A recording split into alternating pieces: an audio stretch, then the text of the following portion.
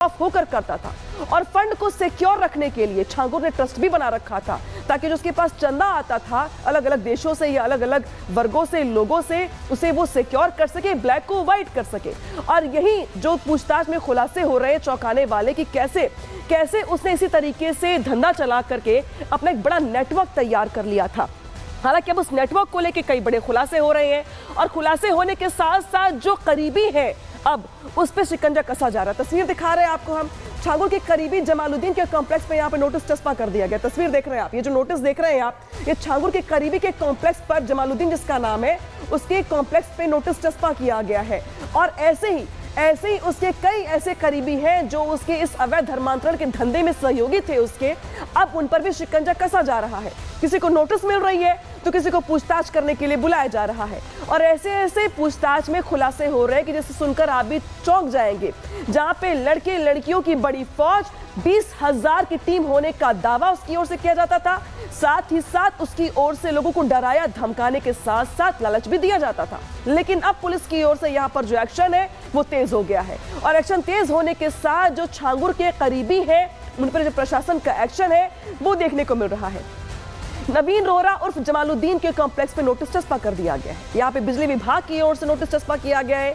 बिजली का बिल बकाया होने को लेकर ये नोटिस लगाया गया है। नोटिस लगाकर जल्द बड़ी कार्रवाई का मैसेज दिया गया है। तो देखिए यहाँ पे किस तरीके से जो उसके करीबी थे उन पर रह के जो शिकंजा कसा जा रहा है, कई नोटिस चस्पा किए जा रहे हैं तो कई पूछताछ के लिए लोगों को उठाया जा रहा है। दिखाते हैं आपको ग्राउंड रिपोर्ट। 10-12 साल के पहले चले गए थे सर। 10-12 साल से वो इस गांव में नहीं आए हैं। आप लोगों से कोई बातचीत उनकी होती थी? नहीं, कभी कभार वैसे हो जाती थी, जाते आते हम लोग नहीं थे। दुआ सलाम रहता था आप लोगों का? हाँ, मौके से रहता। और अंगूठियों का वो काम कब करते थे? अरे पहले कर रहे थे। कितने साल पहले लगभग? अरे कम से कम 30-35 साल के पहले। 12 साल पहले वो इस गांव से निकल कर गए, उसके बाद इतनी संपत्ति, करोड़ों की संपत्ति कैसे उन्होंने अर्जित की, कुछ आपको पता है? नहीं पता है सर, इसके बारे में हम नहीं बता पाएंगे। कभी आप लोगों ने पूछी उनसे, बातचीत की? कभी नहीं पूछा ना हम लोग। इसके लिए हम भी ताजुब हैं कि कैसे क्या हुआ, लेकिन हम इसको नहीं बता पाएंगे कि कैसे क्या हुआ। तो देखिए किस तरीके से यहाँ पे जो करीबी है वो अब शिकंजे में आ रहे हैं धीरे धीरे और जैसे जैसे जांच का दायरा बढ़ रहा है वैसे वैसे जो नेक्सस है कहां तक फैला हुआ है इसकी भी जानकारी निकल के सामने आ रही है।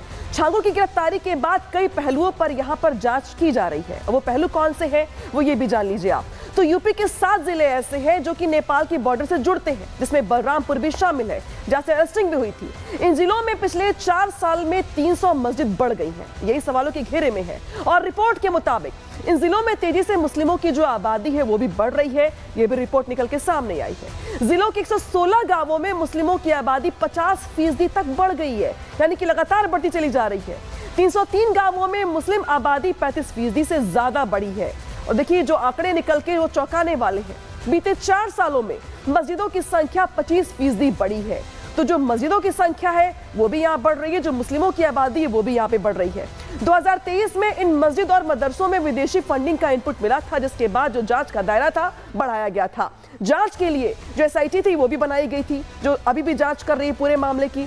SIT की रिपोर्ट के मुताबिक 108 मदरसों को फंडिंग मिली थी विदेशों से और इसीलिए जो मस्जिद थे वो सवालों के घेरे में आए थे।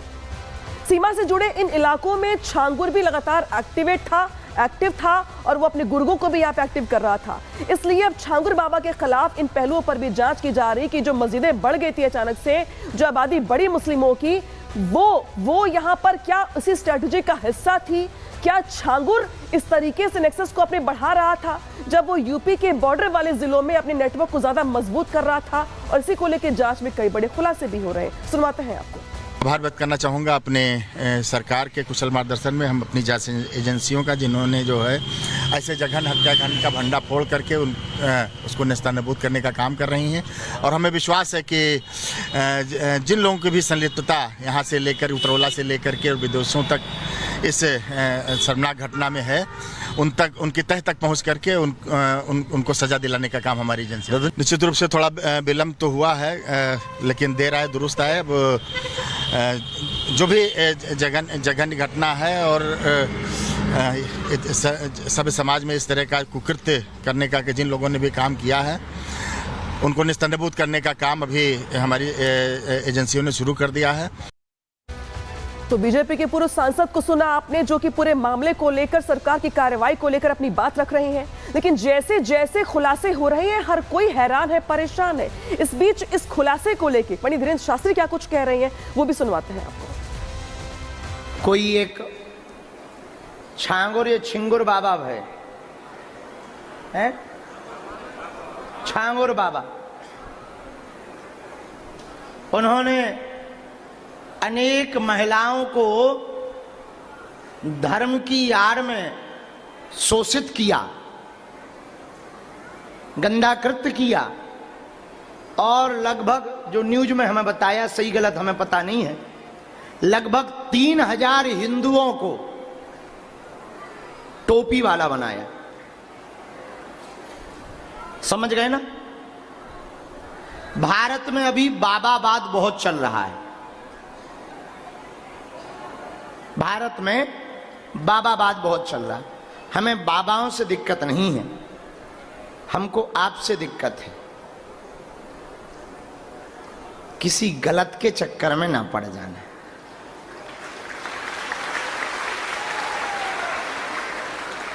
यदि गलत परंपरा, गलत संस्कृति, गलत विचारधारा, गंदी मानसिकता के व्यक्ति के संरक्षण में तुम पहुंच जाओगे और उसकी कुंठित मानसिकता होगी, तो वो तुमको भी भ्रष्ट कर देगा। वो तो भ्रष्ट होगा ही होगा, लेकिन उससे सबसे बड़ा घाटा हिंदू धर्म पर होगा, हिंदुओं पर होगा, हमारे संतों पर होगा और तुम्हारी आस्था पर होगा।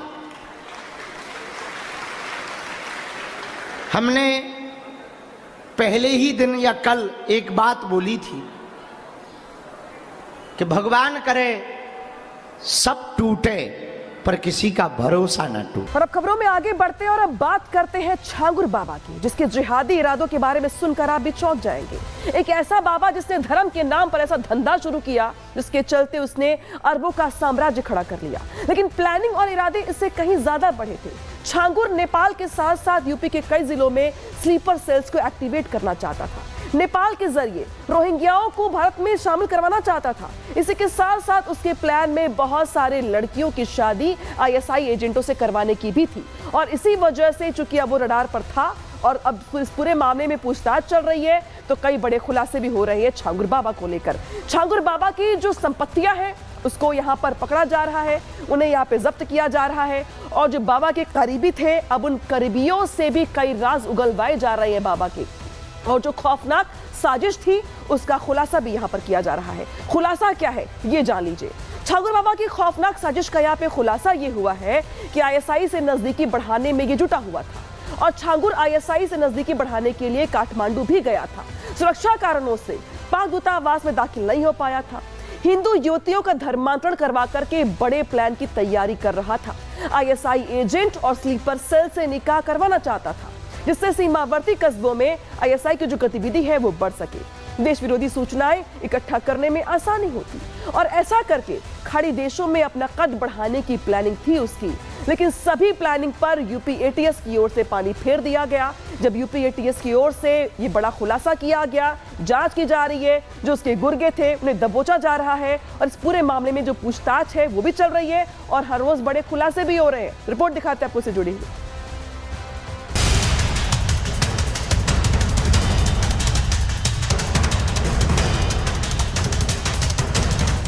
जैसे जैसे छांगुर बाबा पर शिकंजा कस रहा है, वैसे वैसे नए खुलासे हो रहे हैं। सामने आ रहा है छांगुर बाबा का हर वो काला सच, जिसके जरिए छांगुर ने धर्म परिवर्तन करवाने के नाम पर अपना साम्राज्य बनाया, करोड़ों की संपत्ति इकट्ठा की